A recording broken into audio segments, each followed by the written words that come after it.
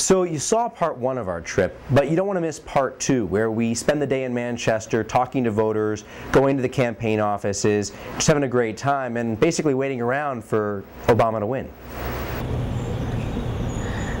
It is 11:30 on the day of the election, and we are outside the Red Arrow, which is apparently a really famous diner where a lot of politicos go. We're gonna see if this place lives up to the hype. Maybe get some good food in us, so we can hit the campaign trail. Maybe find Obama later on in the day. Who knows?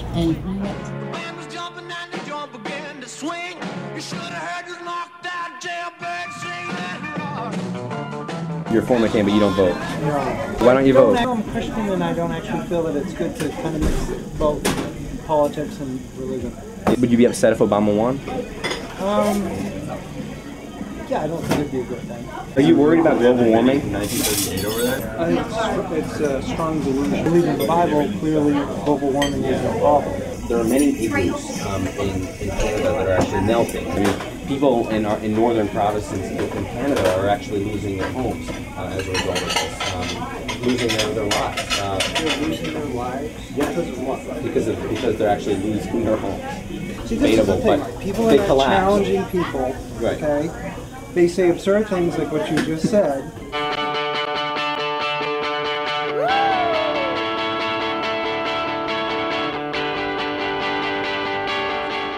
Describe the energy that you felt working on this campaign, and particularly today, like this historic moment?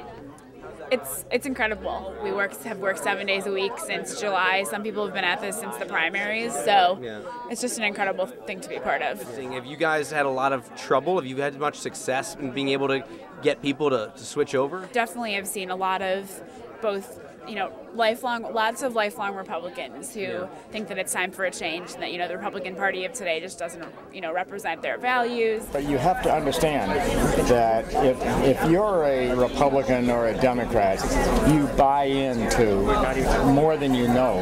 Right. You buy into the party. I was giving the benefit of the doubt to the Republican Party, even though my head was telling me differently. Many Canadians have also worried about Sarah Palin maybe trying to annex some of our western provinces. So we're hoping that that doesn't happen. I would agree with that. Yeah, it's scary. We can also see Russia. We actually think we have a better view of it than she does.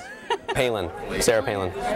Go home. If she were a man, you'd call her an empty suit. She's very, appealing to look at. And frankly, if I didn't know who she was, and I was listening to her on the radio, and not knowing she was a politician, I would think it was a comedy skit. Is there any way that Obama has tried to make Canada part of this? Or, I have no idea. I think we've got enough on our hands just to get our own country back in order the way it ought to be, and then we can start dealing with our old friends again, and I hope they are still our friends. How would an Obama administration be good for Canada, U.S. relations?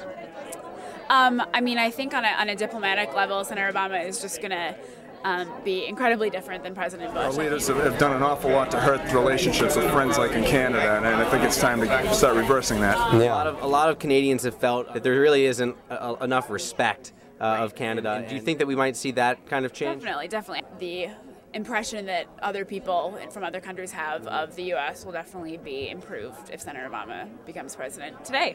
3 words, or just a couple words about Canada. Good friends. I hope we haven't put off too bad. Yeah.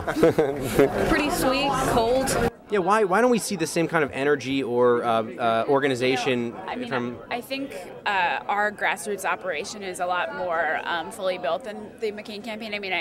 I can't, you'll have to go ask them. So we did, but it sure wasn't easy getting there. We're driving on Commercial Street right now trying to find the McCain office, but we just can't. It's just not here.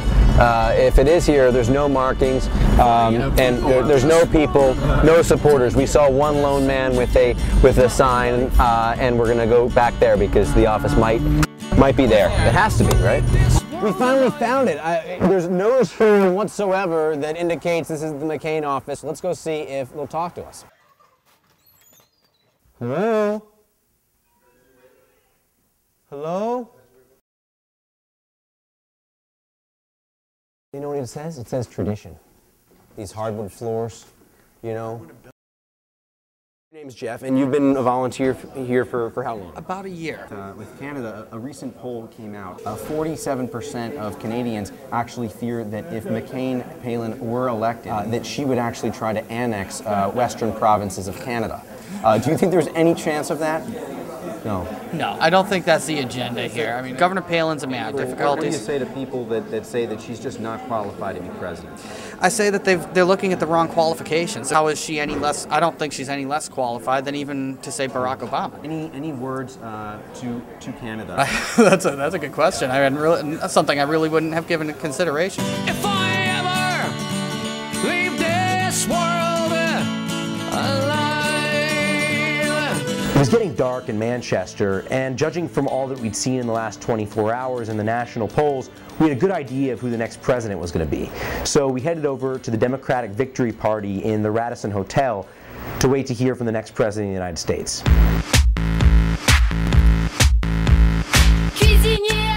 You're from Britain, it sounds like. Yeah. We're from Canada. Oh, we still have the Queen of England on our currency. Good man. We're basically brothers. Yes. Does Canada matter in this election? I don't think it was really considered, to be honest. Americans don't really think about Canada, do they?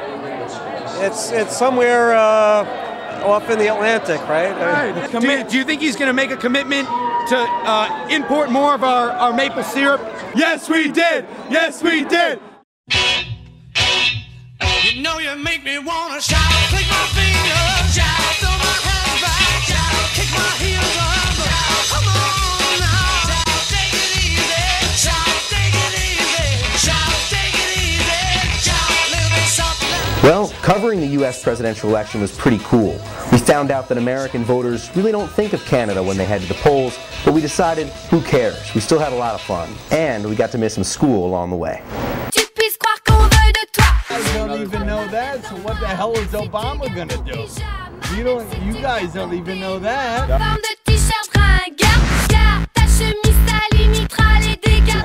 after Trenton though, what was it? Princeton. So Princeton. Obama wasn't alive 200 years ago. You guys don't know what the country stands on. Cuisine.